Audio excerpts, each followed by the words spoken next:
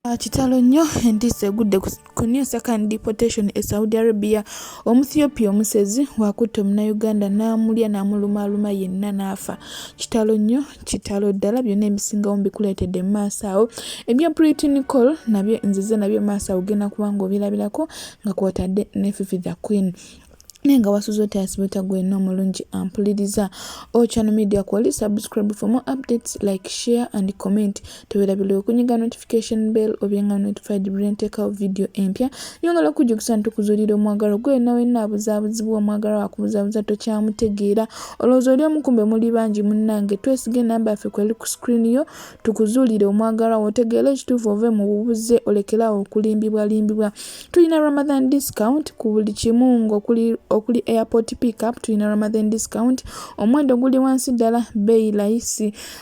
Twin box singe mwena ba team after Ramadan, team next week, team when munange twin box singe nga Ramadan discount ekyaliko ate munange osobola okubeera nga web bookingira, osobola okwenjoyinga services zaffe nga ate kuliko ne free wifi. Otambula oli ku TikTok oslaying scrolling tokiriza ate kusuwa mukisanga guno inbox ate osobola okubeera nga tojja kwejjusa tukyusa ne ssente eza buli currency gweneeralikirira nti ate munange batemanyo ssente ku airport, batemanyo ssente ku Western Union. Munange twekwade tu inbox nge tukukyusize ssente nga tezitemeddwako nga bwe bazitema eri, tojja kubeera ate nga wejjusa. N'ekirala tusiba ebimuli bya ssente, tukola surprise ne delivery oba surprise za birthday oba surprise za zonna tuzikolako mukwano. Inboxing enamba yaffe kweli ku screen tubeere nga ate tukusanyusiza omuntu wo, tukusanyusiza omwagalwawo ate nga ne delivery tuzikolako bulungi nnyo everywhere. Tusiba ebimuli bya ssente nga money bouquet, money tower, gift hampers, fruit baskets n'ebirala bingi nnyo. Tusiba n'ebirabo by'oku mikolo ng'okwanjula, okukyala, nika, birthday parties n'ebirala bingi. Tu inboxing mukwano ate tubeere nga twogerezeganya osobole okwenjoyinga eno Ramadan discount. Katugende butereevu ate nkulaga ekigenze maaso ne tugenda kusookera ku Kafta Queen engeri Kadaama gye bamulumbyemu oluvannyuma lw'okuvaayo ku interview n'agamba nti ye tasobola kugenda kukola bwa Kadaama ate no naye nga bw'atalinyirwako bw'atyo naye n'amala nazza omuliro. Ate oluvannyuma tweyongereyo olaba engeri gye balumyemu Munnayuganda munnaffe ne bamulya paka kutuuka kufa. Esobola kukola bwa Kadaama, mwayombye bangi ba Kadaama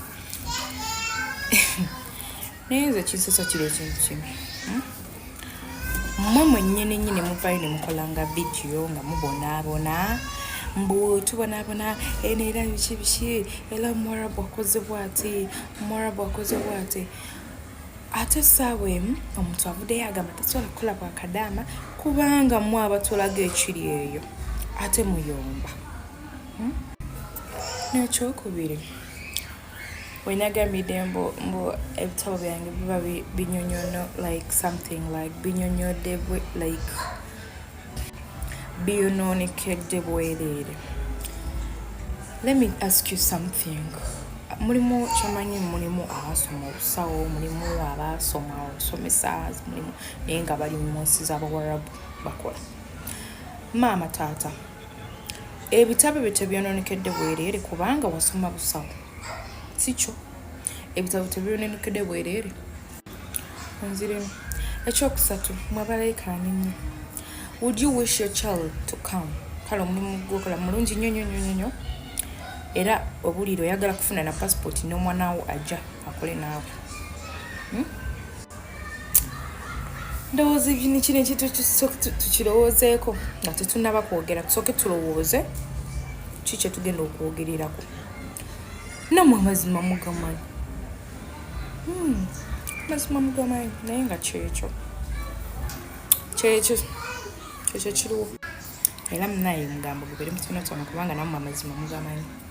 Ate kyendabye wano eno mulimu bakadaama abamu nga ye ali ku bandwagon like ngalaba Kadaama munange akoze video nenka ngikola enjogera ekinene. Nammwe mwennyini amazima mugamanyi.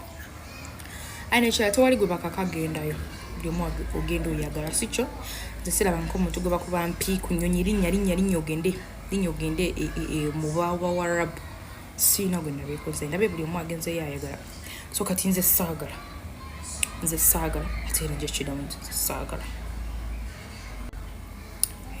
saagala ate era sijja kwagala kubanga si buli muntu ali successful nti asoose kubeera Kadaama nature si buli muntu ali successful nti asoose kulinnya nnyonyi nagenda nakola obwa Kadaama musezi Abawarabu kitegeera mulimu one n'abaana ng'akoze ssente na he or she is someone naye nga tasoose kugenda so I consider myself like that and nkyogedde kyenayogedde kyekyo kubeera nammwe mukimanyi mulimu abasomesa mulimu abasoma bwa sajonisti mulimu abasoma mulimu bangi mwena bangi abasoma categories ez'enjawulo naye nagenda musezi Abawarabu nafuka Kadaama ebitabo bye munnange maama taata biba tebifiiridde bwereere kyekyo kyenakyo ekyo ate nammwe amazima mugamaanyi so nazatsoke kulowooza mu bintu ebimu bitwoge kubanga nammwe mwennyini mukola videos nga babakuba ate Omwarabu abadde antugana enziruka lwaki mudduka mu biyumba waba walungi nnyo lwaki mudduka mu biyumba lwaki mutoloka wabanga walungi lwaki kitegeeza nammwe temwagalayo so kati ffe abagambye nti tetubyagala temutukumako nnyo na muliro mwebale nnyo kumpuliriza byebyo no bannange osobola okulekawo endowooza wansi awo mu comment section ate tuwulire gwe owa ndowooza ki oba kikyogamba katugende butereevu ku munnayuganda munnaffe gwe baalidde Omu-Ethiopia omusezi eyalidde omunnayuganda n'amulumaaluma obufiififi paka kutuuka kufa kitalo nnyo kitalo ddala famire y'omugenzi tennaba kutegeerekeka nga kw'otadde n'ebifaananyi bye kubanga bamulumye feesi yonna takyasobola kubeera ng'ategeerekeka weerabireko ate tubeere nga tweyongerayo tuli wanene okusakanya empya munnayuganda munnaffe bamuse omwana Omu-Ethiopia alidde omunnayuganda n'amutta tuli wano okusakanya empya naye nga twetaaga kudda waka emyezi 6 ffenna baba kusakanya enkadde tebatukolako omwana alidde mwana munne ate nga si yasoose bannaye embase Mr. Bumusa oli eyo maaso tofaayo oyo mwana wakubiri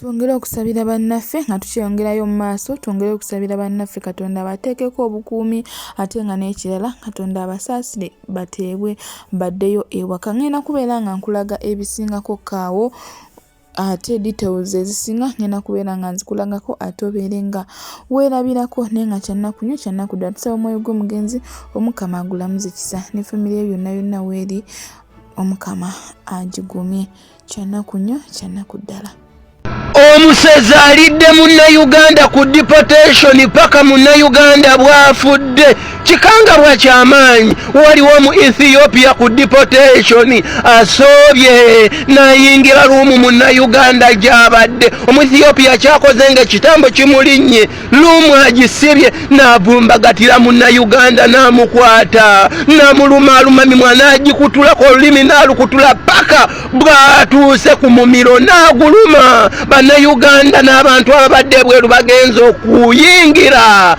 nga Omu-Ethiopia amaze okutta Kadaama waffe munnayuganda ku deportation bannange ebiriwo si birungi n'akatono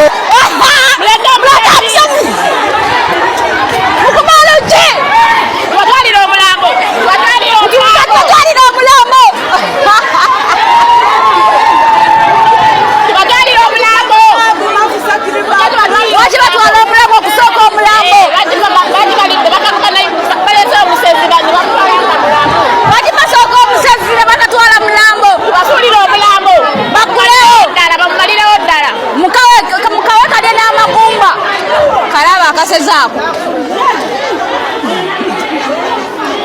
sawa kola katuto munnayuganda afudde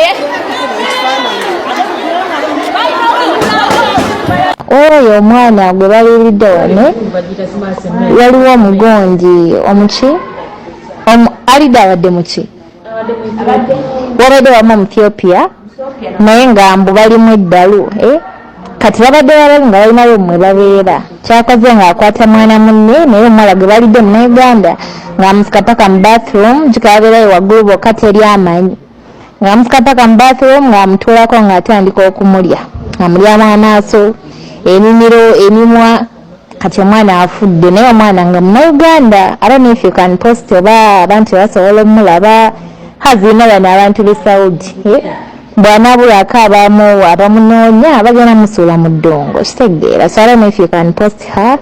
I don't know cause teri asobola mu recognizing face yonna yafudde kitegeera. So ayonna naye tuguddemu ekyekango omwana alidde mwana munne paka kumutta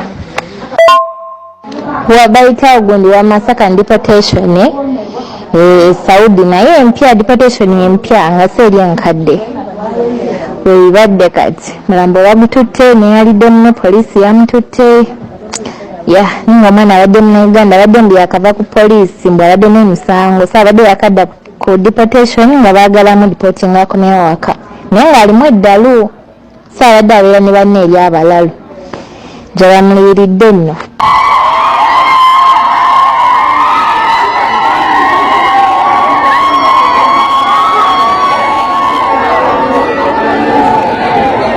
Amaze kuyingiza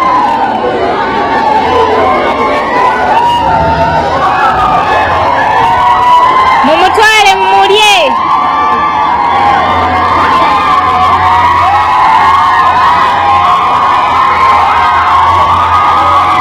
uye bamutwala balinya abaana Jesus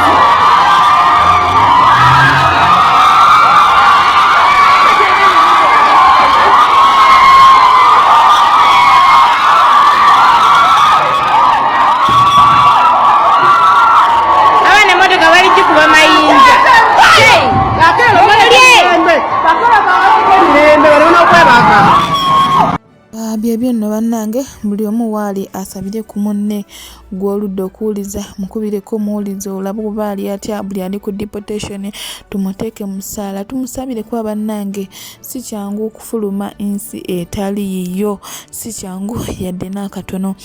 Tusaba Katonda abasaasira abateremu obwangu ate munaye bafulume badde mu nsi yaabwe ate nga n'omwoyo gw'omugenzi tusaba Omukama agulamuze ekisa famiri ye agigumye kyannaku nnyo kyannaku ddala kitalo nnyo kitalo ddala katugende butelevu ewa Fifi the Queen weerabire.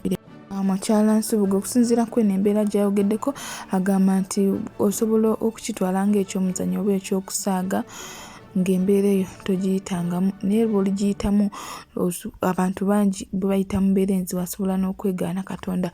Ontwala bakodoniasiya kubanga Katonda liyamubeererawo n'amuyisa mu mbeera gye yayitamu Saudi byonna byayiseemu ng'akula naye olwava Saudi bwe yafuna depression n'asalawo n'agenda mu basawo b'ekinnansi nga ku ssaawa eyo esembayo agamba nti Katonda tasobodde kumubeererawo. So njagala obeere nga wewulira kati womala nawe twendowoozayo mu comment section. Guys, cancel.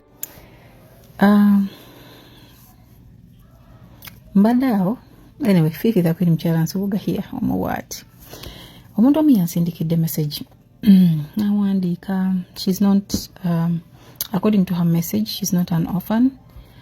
Nawandika message nagamba Fifi, I've seen most of your posts. Seems you're a sad person. You failed to heal from the loss of your parents. Naye nze ng'omukkiriza nkwadvisinga heal obaleke kasita Katonda yakuwa abaana otandikira awo. You told mu mbeera mbi ey'obulamu according to what I see. Naye lwaki obeera mu sad mood all the time? Message badde mpanvu awandise ebintu bingi nnyo bla bla bla bla. Ngisomedde ennaku eziwera nga njagala omuntu oyo muddemu n'obukkakkamu. Nali saagala namuddamu naye because messages zize zeddiringana omuntu agimpeereza ku Facebook n'agiteeka ne ku TikTok. Era abantu bangi bafiiriddwa abantu baabwe biki ekisooka kiri bwe kiti mukwano gwange. Me am not a sad person. Naye gwalaba posti zange gwoli mu kazooni k'ekirogo mwotudde mwolina okuva kubanga nze posti zange nziwandika most of the time mala kusoma messages abaana ze baweereza nga toyagala kujjayo linnya lya muntu oli n'ennyambala character yange n'empandiika message netuuka gye beerina okulaga n'omuntu omulala nagisoma naga I think I can also make it back to point yewakufiirwa bazadde. Mukwano kino tosobola kukitegeera kubanga kigambo kye bayita maama oba taata nga tekinna kuvaako tosobola kumanya bulumi bw'abantu. Si kikusabiro kikutuukeko kubanga buno bwe bulumi obutawona era wawandiise message yo ng'oli mu kubalaata n'engisoma n'enseka n'okuseka. I am not doing bad. Ekyo tewalimbye. Katonda mwebaza. I've ever been in a bad situation. Naye Katonda n'aginzijamu. Era musaba aleme ginzizaamu. I am one person asobola okwagala ekintu n'enkikola oba ne bakinkolera at any cost. Mukama ekyo nkimwebaliza. Naye omuntu okwagala bazadde bo bokkeera ku makyo bwamulekwa ne bukuluma. Tekibeera nti gwe wasalawo obutawona. Ebyo ebiwundu tosobola bitegeera okujjako abo abaali bakiyiseemu oba abakirimu basobola okukitegeera nti ne bw'obeera ofunye ssente era obwongo bukugamba kale singa maama oba taata abaddewo. Ne bw'obeera mu nnaku bw'osooka okulowoozaako mu maziga bw'osooka okulowoozaako buuza ku bantu abagenda ne banoonya emirimu agamba kale singa maama wali naye nga mu mutima gw'okimanyi maama wo teyalina kampani oba taata wo teyalina kampani nti anaakuwa omulimu but because bondi yaabwe laavu yaabwe teri irreplaceable. Mukwano gwange ngenda kuyita nkuyita erinnya ki tejamanya kankireke. Mukwano gwange tofiirwangako muzadde bino tosobola bitegeera era tolibimanya mpaka ng'okituuseemu.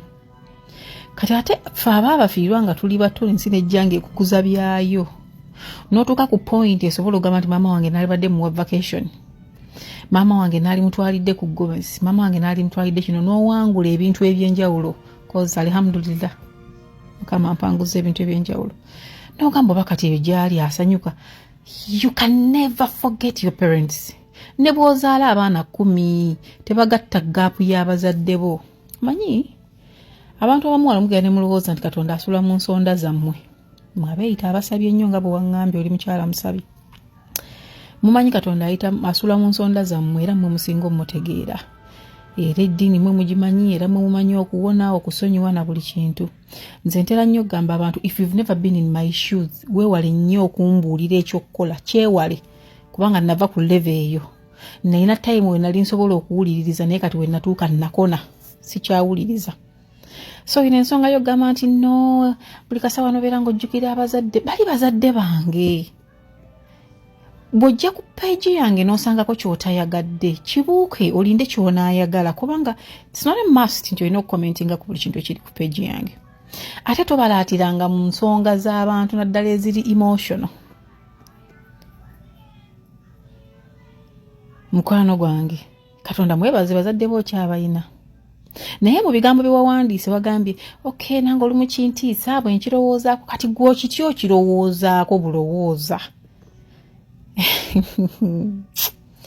Kyokka ba first born ba Katonda mmwe okityo kirowoozaako bulowooza naye kati gwe ate oli kunze akilivinze for almost my lifetime. Gonnyonnyola. You cannot understand obuzito bw'engatto zange mpaka nga obulingiddemu.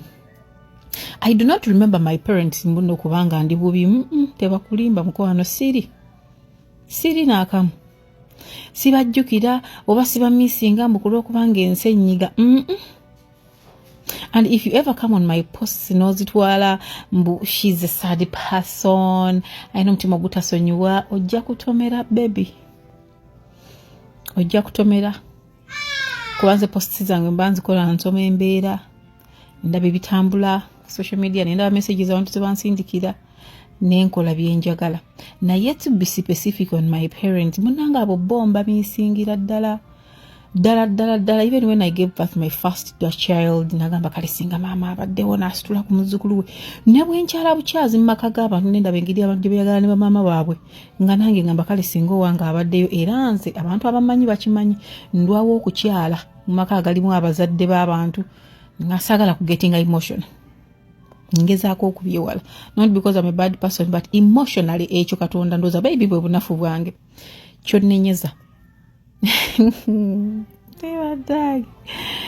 Aganda bagamba kidalimba budalimbi sikukolimidde naye maybe kino oli kitegeera omaze kukituukamu. Tosobola kugamba muntu yafiirwa abazadde b'embu. Simba musoso okufiirwa. Fifa mulekwa bakiyitiriza. Biki you know nothing about us. You know nothing. Ekyo nkikuddiramu. Otulaba bulabi. Nga tukyogeddeko. Nze gambye I am not in a bad shape.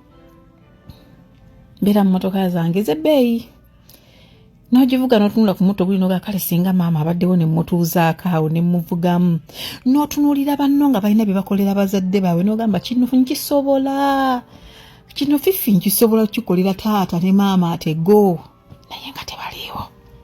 Nga the best you can do to buy flowers and pray for them. Kati gwe kyoyogerako tokimanyi lwa nsonga bw'ofuna omutwalo n'ogamba mama kaalieko 5 n'omuweereza. Nze ne bwe nfuna ezisinga ezizo. Owange tasobola kuziryako. Nze nali mbaddeko ku nnyonyi ku lunaku lw'abakyalo balwa bamaama. Nga ntudde wakati w'abaana. Bali ne bazadde baabwe ku nnyonyi. Nali forced. Era ekyabazungu kye batusingako bali so understanding. Nensaba nveewo ne bambuuza ensonga ne mbabuulira bagamba munnayinza bazadde bange bombi baafa. Kati omukwano n'ebirabo bano bye babawadde ab'ennyonyi okuwa abazadde neeyisa gye baayisaamu. I am mentally tortured. Si mu bubi. I was helped ne banzijawo ne banteeka ku ewalala we nnatuula. Naye nga saakikola mu bubi naye nga lw'otunula sayidi eno n'okutama ne gakuyitamu. Sikugamba nti oli bubi. Wabula nga munno kyakoledde muzadde we osobola okikola times 100. Naye nga Mukama gwe teyakuwa chance. Gwe kitegeeza okupanga okuze nga muzadde we taliiwo. Tomubulidde ku byama. Tomulopeddeeko. Tomusindiddeeko. Takulwaniriddeeko. Kati gwe alina ababiri toyina right ejja mu inbox yange n'owandiika message gye wawandiise. But olunaku lujja kukyaluma otegeera obuzito bwakyo. That I know. Sagala mumpite mulogo bannaye. Maybe then you will know what to write on such a sensitive topic. So mukwano gwange, I love my parents. I still love them. I will forever remember them. I will miss them. Ate gye neeyongera okula. Abaana wange ne bukola nga kati singa jjajja waabwe waali. Kati singa bajjajja bakoze kino. Gwe kyoyogerako kimanyi mukwano gwa mama ne taata bugulina replacement. Tegulina teweerimbanga muwala. Ne bw'olifuna musajja n'akwagala ate ne bw'olikola otya maama ne taata abo abantu ababiri bridge yaabwe tegattika bwe bavaawo baba bavuddewa. So tonnenyanga akirimu mutunulire nga butunuliza omuleko omusaasire. Anyway, byebyo mweraba. Noleka bannange. It's a sad, painful and emotional story or video. Kyana kudela buli omu wali asabira omuzadde we bwaba mulamu naye musabire obuwangazi bwaba nga yafa bami musabire Katonda amusaasire yonna gyali. Naye nga nyongera okujuguza tukuzuulira omwagalwawo namba kweli ku screen tulina airport pickup ate nkweko Ramadan discount ya tukola surprise ne delivery birthday surprise biki byonna tubikolako mu kwano twesige toyine tutume tukolere surprise ne delivery tojja kubeera ate nga wejjusa tusibe ebimuli bya ssente nga money bouquet, money tag, gift hampers, fruit baskets era nga kwotadde n'ebirabo by'oku mikolo nayo tubisiba bulungi ddala ng'okulinika okukyala okwanjula birthday parties n'ebirala bingi munaye twesige twekwate services zaffe ennungi tojja kubeera ate nga wejjusa nyongerako bazabula live video yange to the end nolaba obulamu nga tobusikimbize mukono ndi musiime era nsaba Katonda kwekyosinga okwagala okyali ku all channel media. Subscribe for more updates, like, share and comment. Weerabire okunyiga notification bell obenga notified bwe nteka video empya.